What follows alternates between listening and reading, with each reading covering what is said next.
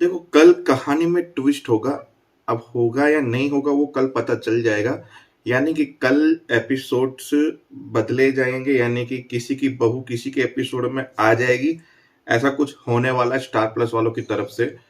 तो कल एपिसोड की आशा जल्दी की रखना शायद ही गुनाह होगा, क्योंकि हर सीरियल के जितने भी सीरियल स्टार प्लस पे है उसकी बहुएं एक्सचेंज होंगी। पर अनुपमा में कौन आएगा वो कल पता चलेगा। अब बात करते हैं कल के राघव के सीन की, जहां वो राही के साथ हाथापाई हो रही है। और राही को जो कपड़े पहने हुए थे वो सीन में वो आज कपड़े पहने हैं राही ने। और राही आज खुद जेल आई है डांस सिखाने के लिए।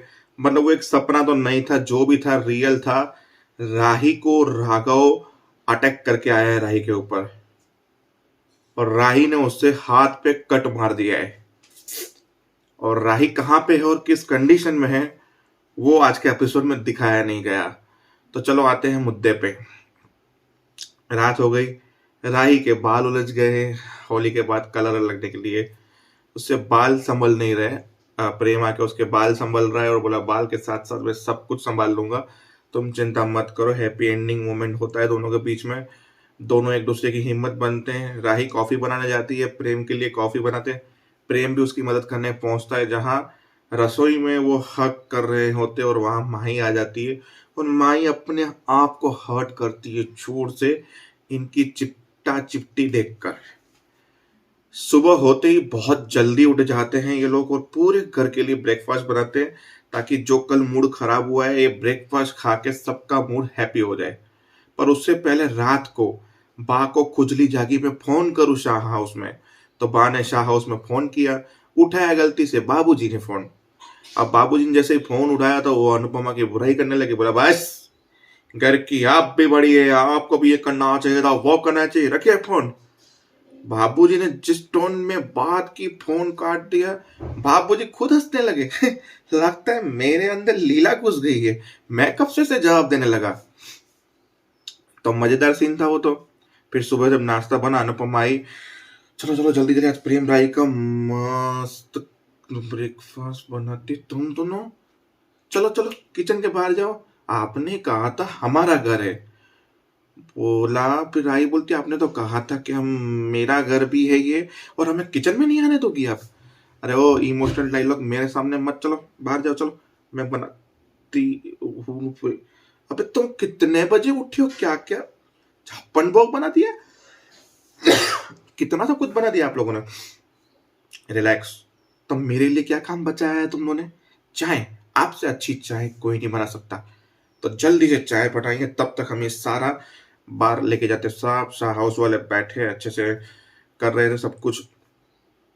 सब कुछ ये माही के हाथ देके लोगों ने किया। पर अनुपमा को डाउट गया है, इसको लगी नहीं है, इसने जानबूझ के लगवाई अपने हाथ पे।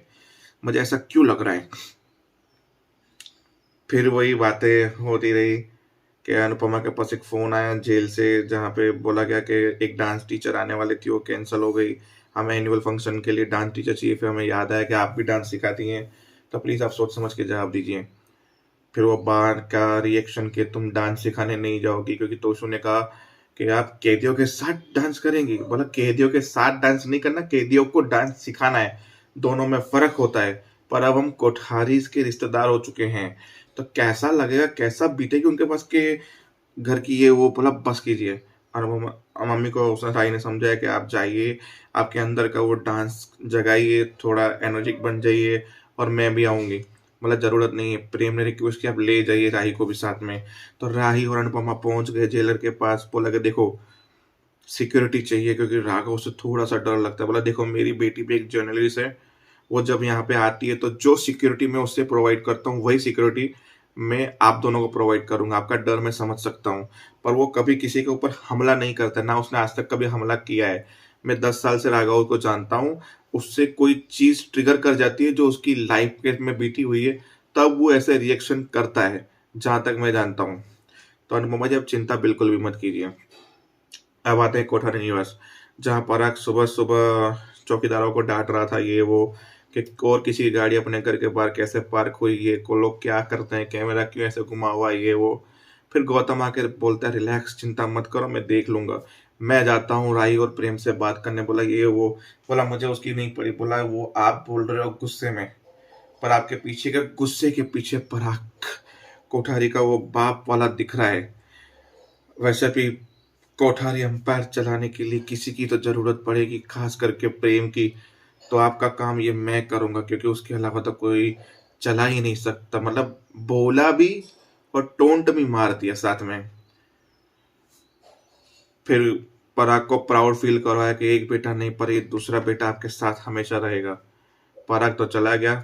फिर ये बात उसकी बीवी सुन रही थी, प्रार्थना आई, बोला मत करो ऐसा, तुम अच्छा नहीं कर रहे हो, छोड़ दो। बोला देखो, अच्छा हुआ कि वो लोग खुद ही घर छोड़ के चले गए, वरना मुझे कुछ ना कुछ करना पड़ता उससे घर से बाहर निकालने के लिए। तो बस मैं तो खुशी हूँ। अब जो मैं करूंगा और बर्बादी करूंगा उनकी, ताकि यहाँ आने से पहले 100 बार सोचेंगे वो लोग। बोला अब तुमने कुछ किया तो मैं पापा को जाके सच सच बता दूंगी। वही दूध का गरम गरम उठा के सीधा उसके मुंह पे डाल दिया। बोला जा, जा अपने बाप को बता दे और साथ में 3-4 कटोरे ले लेना, काम लगेंगे तुम्हारी फैमिली को भीख मांगने में, ठीक है। अब वो बोले मैं राही से बात करूं कि नहीं करूं, क्या करूं, कैसे करूं, क्योंकि अब वो राही से बदला लेने वाला है। तो देखते हैं आगे क्या होता है। बस आज के एपिसोड में इतना ही। कल के लिए मिलते हैं। जय हिंद, जय